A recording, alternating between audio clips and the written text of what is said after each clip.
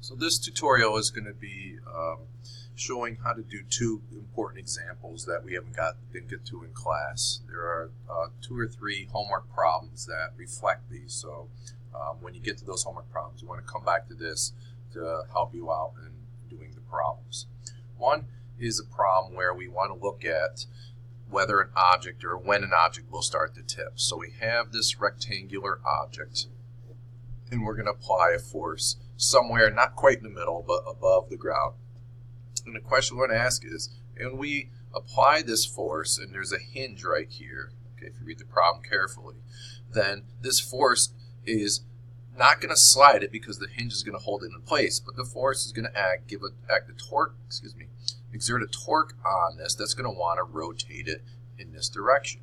And so we want to understand what has to be the minimum value of that force based on where the force is applied and the dimensions and anything about the block itself. So that's the derivation that we're after here. So in order to understand this, we got to really understand the torques acting on it as it's about to tip. And to understand the torques, we got to understand all the forces. And we also have to understand the pivot point. So the first thing we want to do in the solution is mark the center of mass of the box, which is right here, okay, at least as close as I could have drawn at the time. So that's our center of mass, and the pivot point is the hinge right there. Okay, so now let's do our force diagram where we want to make sure our forces are at the correct locations. F is already drawn, that's our applied force. We know that another force acting on a block is this weight. And recall, we've talked about this before, the weight acts at the center of mass. So we're going to put an mg vector pointing down right there. The third force is the least obvious, comes from the hinge itself. When we start pulling on the block, this hinge is going to want to exert a force on it. And so, like our problem with the signs and the overhangs, there is going to be a generic applied force F that acts, let's say, up and to the left. We know it has to act to the left to counterbalance the rightward force, and we would expect it to act up to counterbalance the downward force. We'll just call it an F in this particular case. So, we know that there's going to be a torque due to the F. In fact, I'm going to put it over here. We're going to call this since it wants to rotate, that F wants to rotate this way, we have a clockwise torque, right? And that clockwise torque is going to be simply equal to F times the distance from our lever arm, or excuse me, distance from our pivot, which is just H in this particular case. Okay, so if we start just barely tipping this, in other words, it rises above the ground just a little bit angled, and we let go of F, we know it's going to fall back down. Okay, so there's got to be some counter torque that would make it fall back down. So that's what we want to do, is what provides the counter torque to F. Now make sure you're clear on what we're talking about here. So I'll repeat it. I apply F along this line, it will start to make the block tip. If I let go of F, it's going to tip back to its original position because of a counter torque. So if we're trying to understand at what point it will start to tip, we got to understand the balance between the clockwise torque and the counterclockwise counter torque. So let's look at our forces.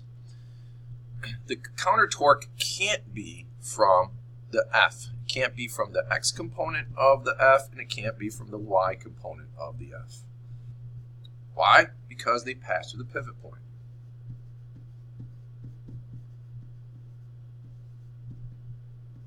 Or put another way, R is 0. Okay, there's no lever arm. So the only force that could provide the counter torque would be gravity. So let's examine that. Okay, so if we look at gravity, and I'm going to erase the F vector just because it's kind of busy in here. I'll erase that equation, I'll come back to that later. Okay, is that if our pivot's here and our line of action is vertical, then our lever arm is simply there. I'll call that our perpendicular for G. And if we look closely, we see that if W represents the width of the block, so I'll write it again up here, then that distance of the lever arm is half of W. So we have already our clockwise torque is F times H, and now we see that our counterclockwise torque must be mg, the force, multiplied by the lever arm, which we just got through saying was half the width of the block. Okay, so at the threshold where it's about the tip, these two are equal to one another, so we can say FH must equal mgw all over 2. So if we solve for F, okay, I'll solve it over here, I have more space. I'll say F equals 1/2 mg w over h. And that w over h is kind of interesting because it should make sense. In other words, if we have a really wide base, in other words a big W, we need a lot of force, which most people understand. If you don't want something to tip, you have a wide stance. You have a car, in a car you have a wide base, so a car is not readily tipped. Second, we see if since h is in the denominator of this, the lower the h, the more force we need. Again, we understand that. If I were to move the F up here, it would take a lot less force than down there because we have a bigger lever. So it's nice we get an answer that's consistent. Now, let's say we take away the hinge. Okay? So I'm going to just erase all this, even though a lot of it's not going to change. You can redraw it on there or just pay close attention. We're still going to apply the force, but instead of the hinge, we're just going to let it sit there. In other words, friction is now going to come into play. Okay? So we replace the hinge with static friction. Now we can ask what minimum value of the coefficient before it tips. Because when we apply that force, it could slide if the coefficient is small enough, or it would tip if the coefficient is great enough to kind of hold it in place like the hinge does.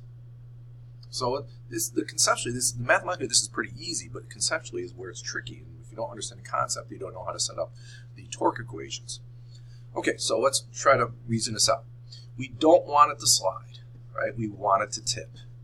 So if we don't want it to slide, actually, let me go backwards before I answer the question. Let's draw our forces again.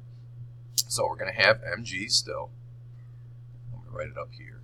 But since there's no more hinge, we don't have that F force. Instead, we've got friction acting along the bottom edge. So let me draw F of F.